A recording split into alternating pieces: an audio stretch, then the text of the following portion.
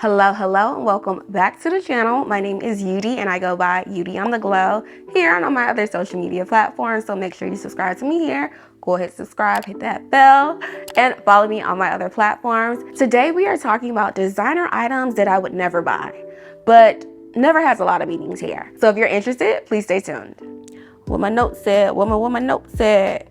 So I'm just gonna be pulling up my notes, and I wanted to ask, what have you guys been getting into? Like, what did you do this weekend? This weekend, we are in full unbig my back operations. So my gym was closed for like a week, and then it feels good to be back in the gym. I'm trying to focus on cardio now because we're trying to burn this fat. Because yeah, but that's what I've been into. What have you guys been doing? All right, so like I said, this video is going to be all about designer items that I would never buy. And by never, I mean a lot of things. There's some things that are a true never, like I don't see myself getting them. Although I've learned to never say never in fashion, because I might like something like 3-5 years from now. But currently, it may be a true no. My other definition of never is more on the lenient side. Like, there might be some exceptions. Then I also have a never on my dime. Like, I wouldn't mind having these items, but I'm not gonna save my precious coin to go and buy it. You know what I'm saying? So you guys know I'm mainly about styling, but it doesn't mean that I don't want a couple pieces here and there. But these are the pieces that I'm not pressed to get. So this is just to be light and fun. If you guys have any of the items, please continue loving on your items. It's just me and my style. So let's jump right in. First item I want to mention are top handle only bags. I tend to always have something in my hand or just want the need to be hands-free if I ever need to get there. However, one of the exceptions in this category is the most recent Jacquemus clutch bag they came out with, mixed metals. I feel like in the world we live in today, like just influencer culture, sometimes that message gets relayed to you better than the campaigns that the brands make. So I saw someone post a video, like a quick short of the clutch bag, and I fell in love immediately.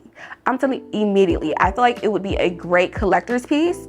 However, am I pressed to get it now? Not so much, but I do love the look of it. So that would be my exception. But when I'm thinking about like top handle, okay, hold on, is this a safe space? I feel like the internet is not safe, but we're gonna try and make it as safe as possible. Do not try to come for me, do not try to jump me. But when I'm mainly thinking about top handles, I'm thinking about the Louis Vuitton Capucines, and I'm also thinking about the Dior, the Lady Dior's. I'm not really pressed for those. And I know some of the bags come with straps so you can crossbody or put it on your shoulder. But for the most part, I feel like this category just isn't my style. I feel like top handle only is very dainty, very feminine. And granted, I do have a feminine side, but sometimes I need to, rough it up a little bit. So top handle only bags, or bags that are meant to be top handle only, that is my number one. I'm not pressed to get those because y'all know I love versatility. I love to be able to be hands-free. If you didn't know, now you know. Next up, I have espadrilles, whatever you call them. Now, the older I get, the more I kind of see like the niche and the place that espadrilles fill. But whenever I see them, the first thing I think about is rain. I think about it raining and destroying the straw or raffia or whatever material is being used on those shoes. For me, they feel more delicate and seasonal. But currently, and I feel like it's kind of on trend, I wouldn't mind having a platform espadrille, like a flat form, just like a flat mule that gives you a little bit of height. I've seen some from Simon Miller. If you guys have purchased from him before, let me know. I haven't purchased from him before. I could see myself in those. However, just for the material and the way the shoes are set up, I don't see myself investing in a designer option. I'd rather go for something more affordable or an alternative if I'm gonna go that route, because I just see them as very delicate. Like I said, I think about rain. That's just where my mind goes. This next category is for silk scarves, twillies, all of those. Part of it is like I already own quite a few silk scarves and I get them for the low. So I wouldn't be pressed to get a designer. The only exception is if I'm really pressed or it's a design I really want, or I'm just like, you know what, let me treat myself. But for the most part, for my lifestyle, they're not really worth it for me currently. Now, if I see like a cute piece here and there, again, it's gonna be a treat myself moment, just got paid kind of thing. But otherwise, I already have a bunch of silk scarves, so I'm not too pressed. I feel like these are a great item to gift. If you know someone likes a certain fashion house or, designer, I feel like this would be a great gift. So like, not necessarily on my dime, but I will gladly accept with open arms. Now, when it comes to denim jeans, I feel like I'm really gonna cheat in this category, but not necessarily for like your basic pair of denim jeans. It has to be something spectacular. It has to be something out of the ordinary for me to be pressed about it. And this is especially because When I did my video on denim and styling denim, the research I did behind it, I learned so much more about the history and techniques used to make denim jeans that I'm not pressed for designer jeans. And I feel like the more flashy jeans that are out there, they are very easy to find in like mall boutiques, places like Akira. Akira has some very nice denim jeans that are embellished and over the top, shredded, distressed, all of that. And when they go on sale, they go on sale. So them and other more affordable or fast fashion places is probably where I would go for denim if I'm really like pressed or want something unique. However, my exceptions in this category, I feel like if I was ever to take that leap, it would probably be for a pair of jeans from Y Project, Linger, or maybe even Loewe. I've been liking Loewe lately. But I want to know you guys' thoughts on this. Will you ball out on a pair of jeans? And I'm not saying the $100, $200 range. I'm saying like $500 and up. Is that something you would do, or are there any brands or things you're looking at that make you like second guess it? Because if anything, I know Mason Margiela has been holding it down for a lot of the fashion girlies. You know those jeans with the slits on the side? Those are cute. Am I pressed for them? Not necessarily. But if you guys own them, let me know how those hold up. Next up, I want to talk about straw, raffia, and net bags. Now with these, I know not all are created equal, but these are definitely items that I feel like I need to lay hands on. I need to feel the fabric and feel what it's about. Because if anything, if they have like that crunch kind of feel or sensation when you press down on it, automatically in my mind, I'm like, this is not gonna last. It's not gonna last. Because with that, I think about water damage, I think about longevity, and this is just me and my weirdness, but I also think about accidentally falling on a straw bag or any structure bag at that and like completely destroying it and it losing its shape. That's where mine goes. So that's kind of what I think in that category. And I also feel like those bags are another seasonal piece, kind of like the espadrilles. I probably wouldn't wear it year round. Maybe the net bag, and that's another exception. Like if somebody wants to give me a Prada net bag, I will gladly take it with open arms. But am I going to spend my hard-earned coin on that? Probably not. I'm gonna just be honest, probably not. For this next category, I don't know if I'm gonna ruffle a few feathers, but camera bags.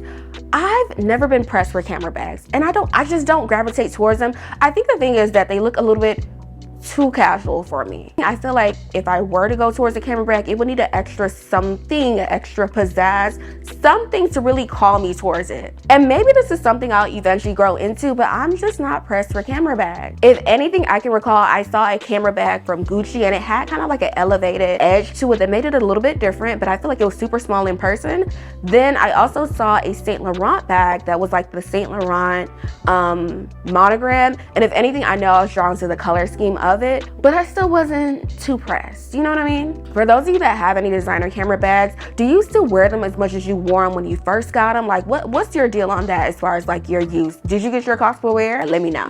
When it comes to costume jewelry, you can count me out. I feel like there are so many dupes and alternatives available. And if anything, where I'm at now, I want to invest in more gold pieces, the type that stand the test of time, those kind of pieces. And I'm still, figuring out where to find that, but that's where I'm at right now. But speaking of dupes, the main thing I'm thinking about in this area are the Bottega raindrop earrings. I'm sure you have seen them. And the thing about it, the dupes are amazing. I've seen people hold the Bottega earrings versus dupes, and honestly, most times you really can't tell the difference. So I'd rather just get the dupe. And the trend I can think about most recently before the Bottega drop earrings are the Louis Vuitton hoop earrings, the ones that have the LV in the center. Now with hoop earrings, I usually like the thicker ones. So I was never drawn towards the LV earrings, and I already knew those were gonna be trendy. However, with the hoop earrings, I feel like since they have that LV logo right in your face, I feel like I really, really wanted them, especially with the LV. I wouldn't go for a dupe. But here's something. Before those earrings got trendy on TikTok, there are a few people that I know or saw online reviewing them, and so many people complained about how heavy they were. Like they were so heavy to the point that people weren't wearing them as much as they wanted to. But when it went trendy, I didn't hear people complaining about that.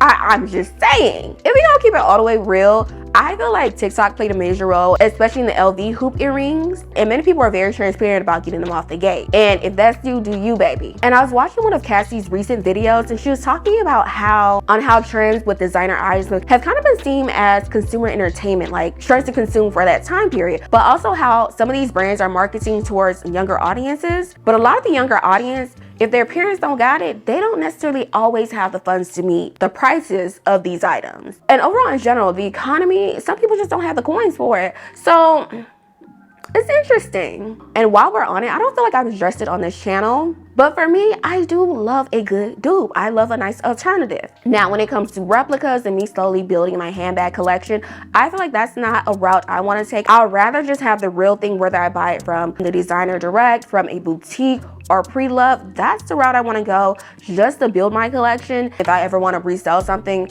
I know that I'm still in the real deal. However, I will say the lines do get blurred for casual footwear for me. Once Amazon, once Steve Madden, once the beauty supply store has like certain slippers or like foam shoes, I'm gonna get it from them. I'm not pressed, because also I'm not spending a bunch on foam or, you know, these weird material items that don't last or could just melt. I'm not dropping bags on that. I'm just not. But at the end of the day, do what's good for you. Ain't no shame in your game, because who will beat you? No one. So do what you gotta do, boo. But for the most part, when it comes to handbags, if I can't get the designer handbag, I'll try and get a dupe or an alternative rather than going the replica or the fancy gate route, you know. Now, this next category is on designer or brand name tech accessories. I did touch on this in my gift guide video, but when it comes to phones, AirPods, those kind of things, since there are always new models, new versions coming out, I feel like a designer case is just not worth it, because once you get an upgrade,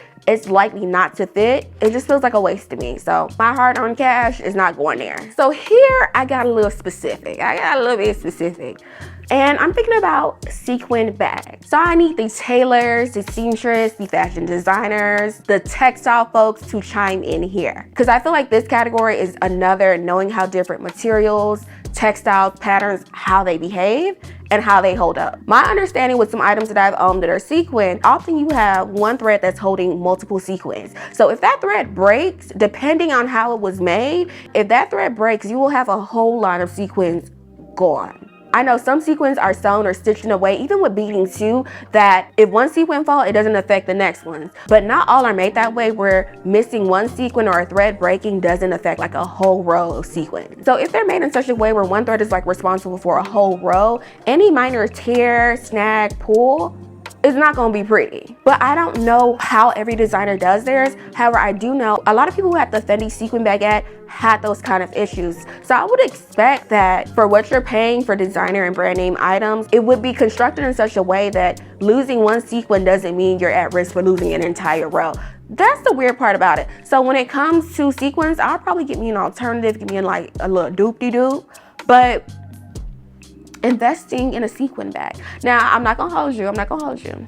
The Valentino sequin bags, they did catch my eye. I can't remember the exact name of them, but they're like shoulder bags. However, I remember when I was like, you know, walking through the store, I saw one and I was just kind of surprised that it didn't fit my phone. I just knew in my heart of hearts it would fit my phone.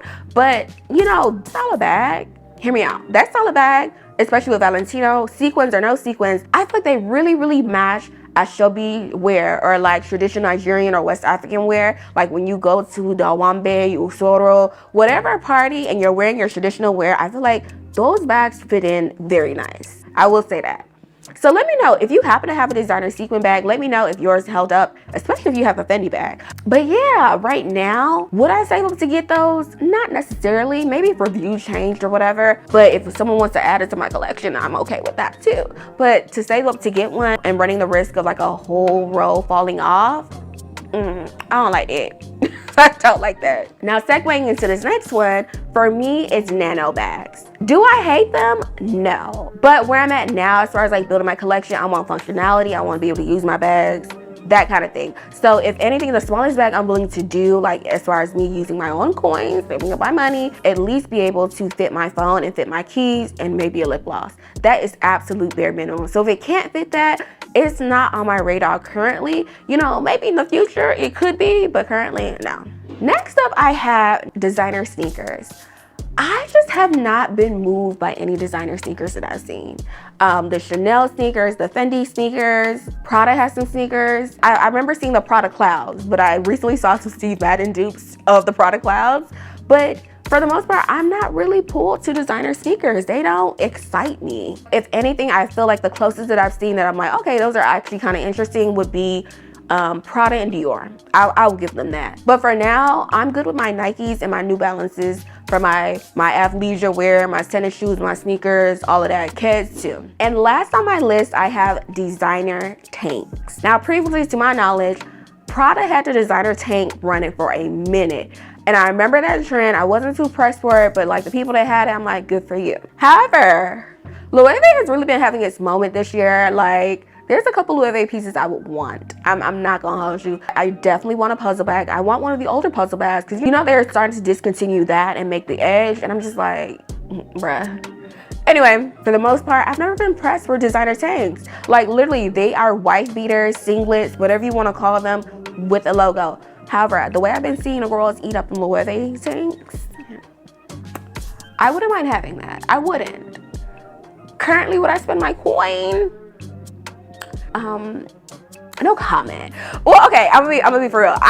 There are other things I want from Loewe before I got a tank, but people have been wearing the heck out of those tanks, even the jeans too, and they've been making them look good. The one person I can think of off the top of my head, what is her name? Is her name Sheila? Is her name Sheila or Shamar? I don't know why I'm forgetting it. I believe she's a makeup artist. She did a video of her wearing hers, and I think her friend was wearing the same day, something like that. And they really sold those tanks to me. So I feel like the Loewe and also the diesel tanks are cute too. But I'm not in a hurry to get them. So those are all of my never would I buy. I would love to know your never buy items, whether they're true nevers or things you would like but wouldn't spend your hard-earned cash on. Let me know in the comments down below. So if you haven't already, please consider subscribing. And remember to tell a friend like telephone to also do the same. I hope you enjoyed this video. It was all for fun. I'm gonna make sure I leave some videos on the screen for you guys. But until next time, bye guys.